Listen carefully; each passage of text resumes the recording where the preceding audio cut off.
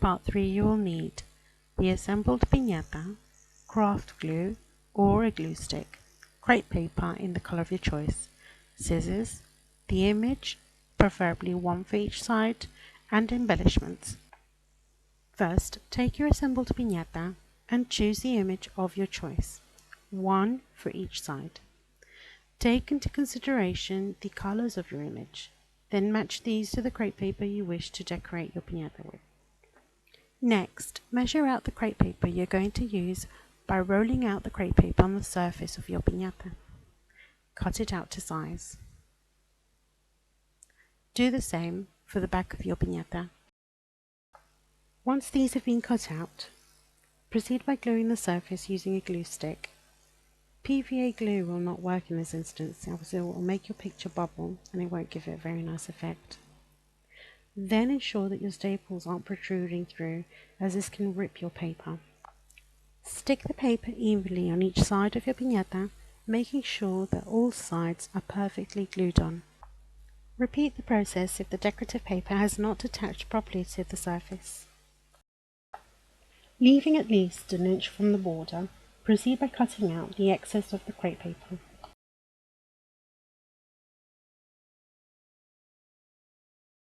Next, cut fringes around your border,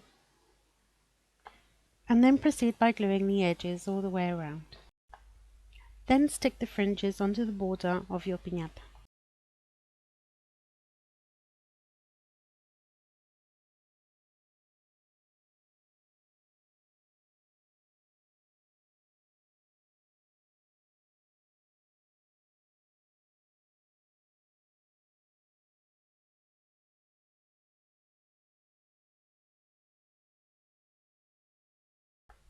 And there you have the first surface of your piñata decorated.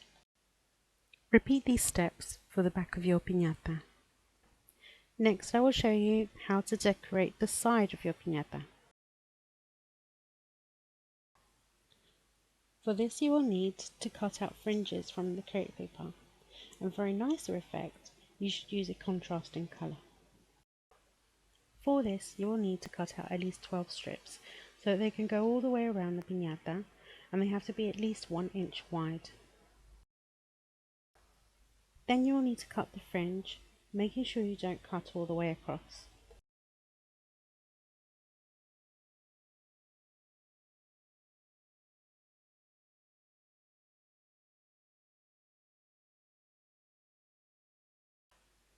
Now you can start to stick the fringes on the side of your piñata. It really doesn't matter where you start to stick from, but I usually prefer to start from the top to the bottom, pressing firmly and with the fringe facing up. You will see why in a minute.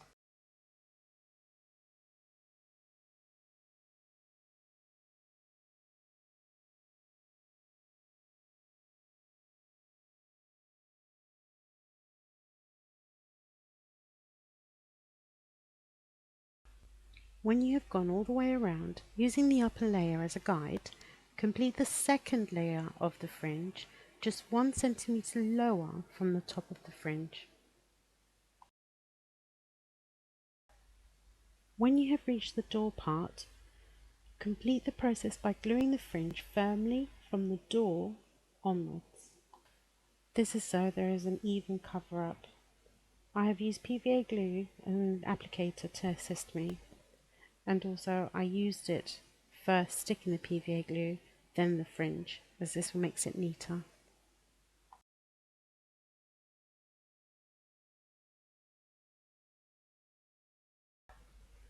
When you reach the parts where your pull strings should be, put a little glue around where the strings are. This is so there is an even cover up with the fringed paper.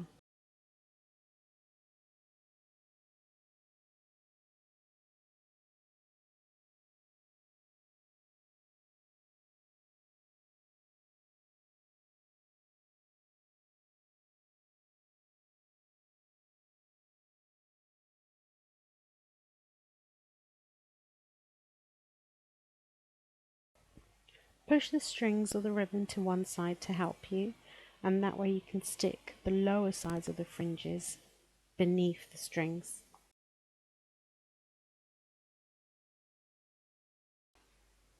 Here I'm just completing the decorating process on the sides using the same fringe paper.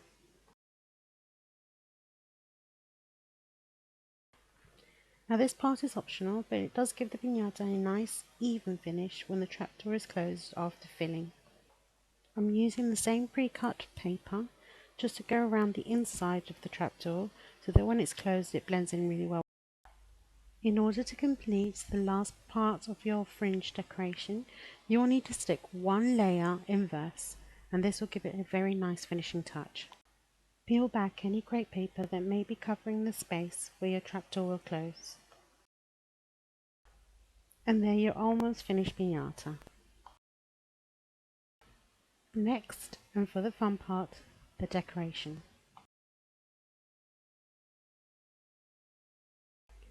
Take your chosen image and place it flush against the face of your piñata. Make an indent on the edges and then cut around the shape. Again, using your glue stick, make sure that the image is evenly stuck onto the face of the piñata. And there you have the decorated side. Do the same for the back. At times you may find that you will need to re-stick several times as crepe paper is a little difficult to take to this type of glue, but you could use any other type or medium like spray mount. My recommendation is not to use anything too liquid like PVA, as it will ruin the image if it seeps through the paper.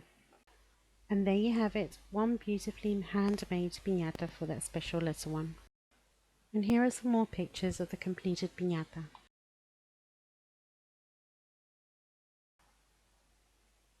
And here are some more pictures of other piñatas which I have created before. There are no limits to what you can make. Playing piñata can be so much fun, and it doesn't have to be opened by a piñata buster. The pull string idea lets all the participants gain easy access to the goodies and surprises inside without getting anyone hurt.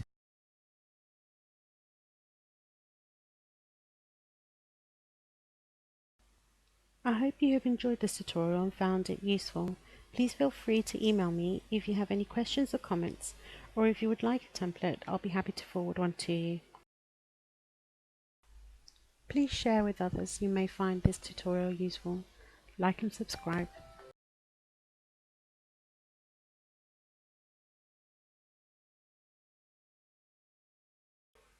There are no limits to your creativity, and also you can play it at any age.